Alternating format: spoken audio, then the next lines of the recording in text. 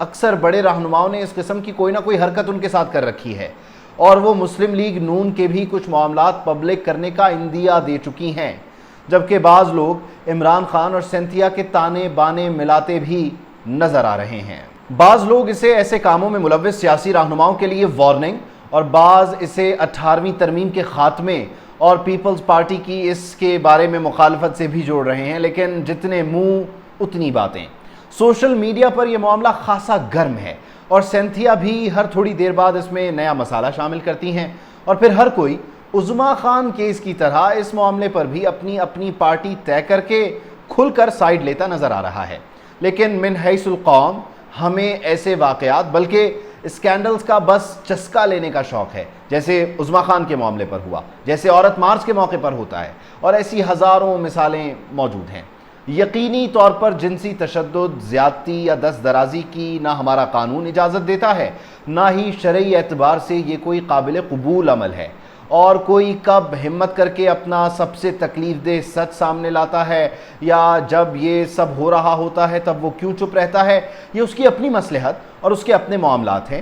اس لیے فضول بحث میں پڑے بغیر یہ کام جن کا ہے ان کے لیے چھوڑ دیں۔ کون ظالم، کون مظلوم، کس نے کیوں الزام لگایا، اب کیوں لگایا، جب کیوں نہیں لگایا، یہ آپ کا درد سر نہیں، اسے الزام لگانے والے اور الزام لگنے والے پر چھوڑ دیں۔ کورونا کا مرض سیریس ہو گیا ہے، گھر وڑواؤ، چپ کرواؤ۔ سینتھیا خود بھی اس معاملے کی شفاف تحقیقات چاہتی ہیں، اور جن پر الزام لگا ہے وہ بھی وکلاء اور متعلقہ اداروں تک جا رہے ہیں۔ الزام پاکستان کے سافٹ امیج کو اجاگر کرنے والی سینتھیا ڈی ریچی نے لگائے ہیں، اور الزام پاکستان کے 2 سابق وفاقی وزراء اور اس وقت کے وزیر اعظم پر لگے ہیں۔ معاملہ سنگین ہے، اور اس معاملے سے جڑے کئی سوال جواب مانگتے ہیں، جواب ملنے بھی چاہیے، اور دودھ کا دودھ، پانی کا پانی بھی ہونا چاہیے۔